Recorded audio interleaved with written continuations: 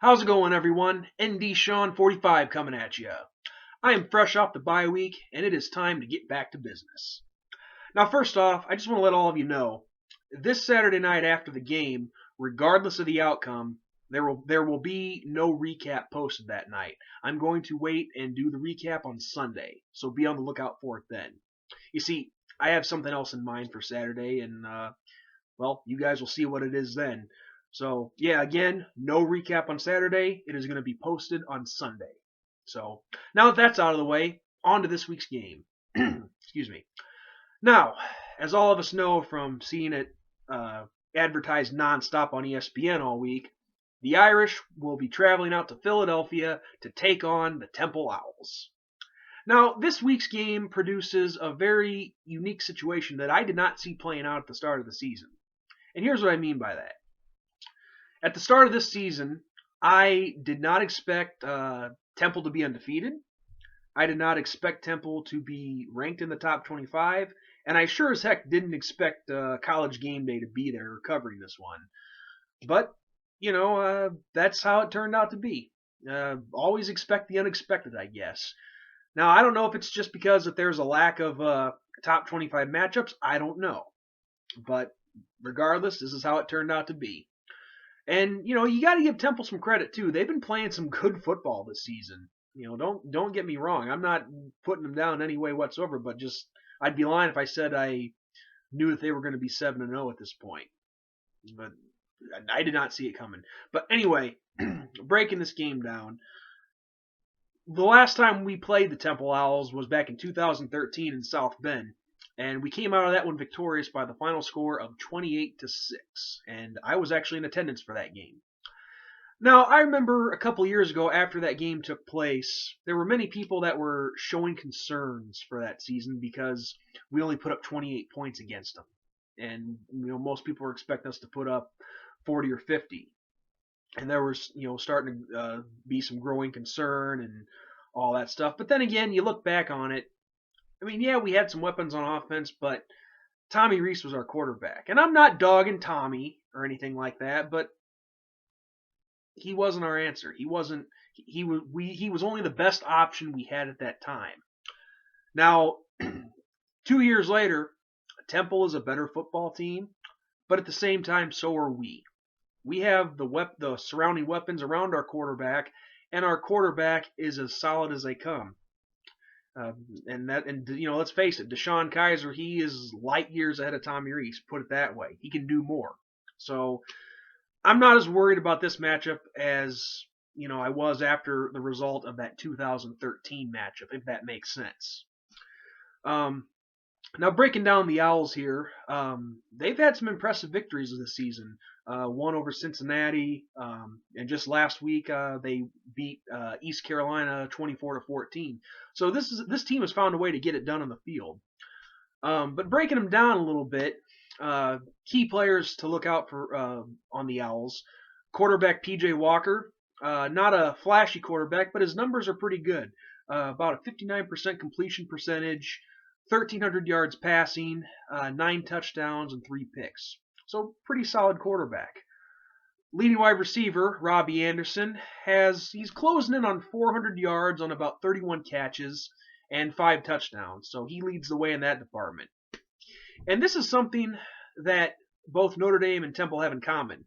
Both their starting running backs are converted defensive backs. C.J. Prosise for us and Jihad Thomas for Temple. And he's been having a pretty good season, just like CJ is. Thomas, he is, I believe, about a little over 800 yards. I forgot the exact number, but I know he averages 5 yards a carry, and he has 12 touchdowns. So he's a pretty solid running back for a converted defensive back. Just like as we've been seeing with CJ all season long, he's been tearing it up, and this is the first time he's ever played halfback. So yeah, Temple, they do have their weapons that we need to shut down. So getting right into this, keys to victory for the Irish.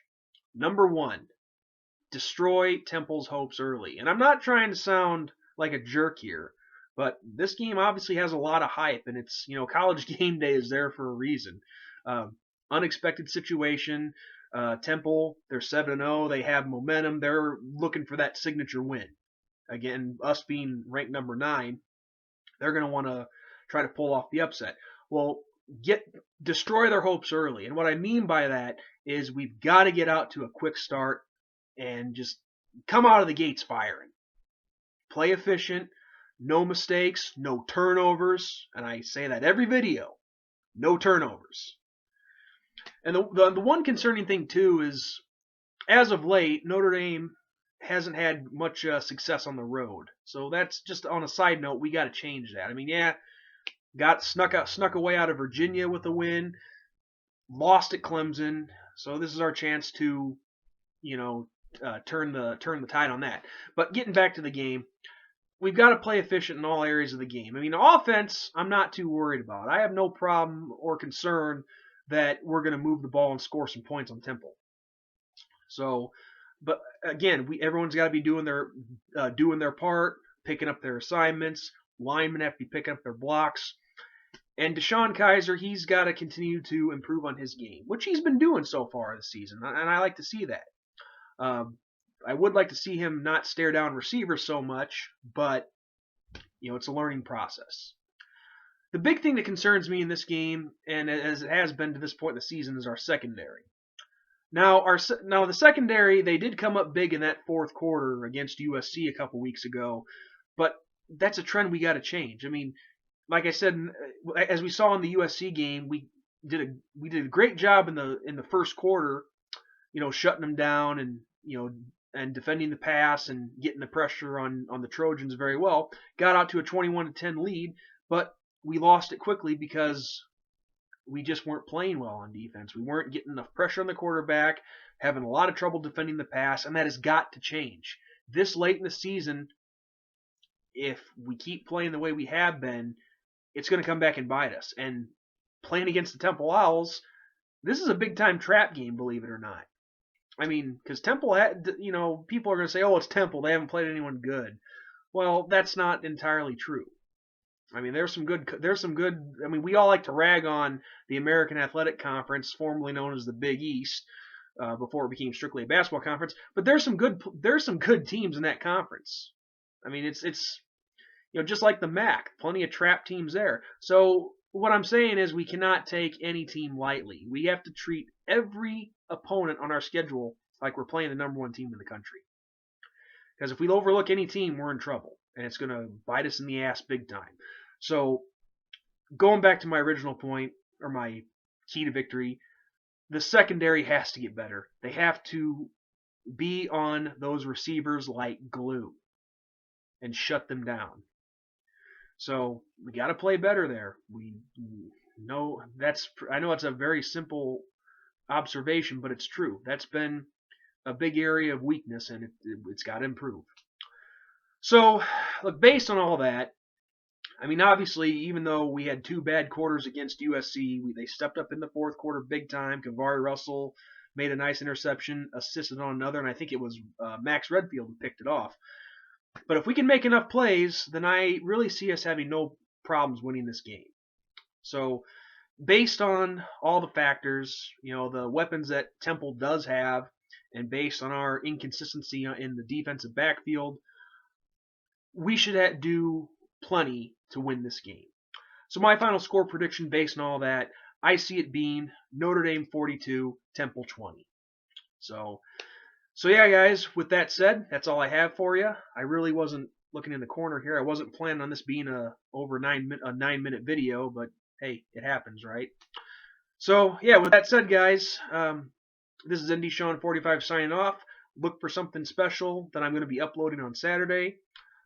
And as always, I say to all of you, God bless, and go Irish, baby! Beat Temple!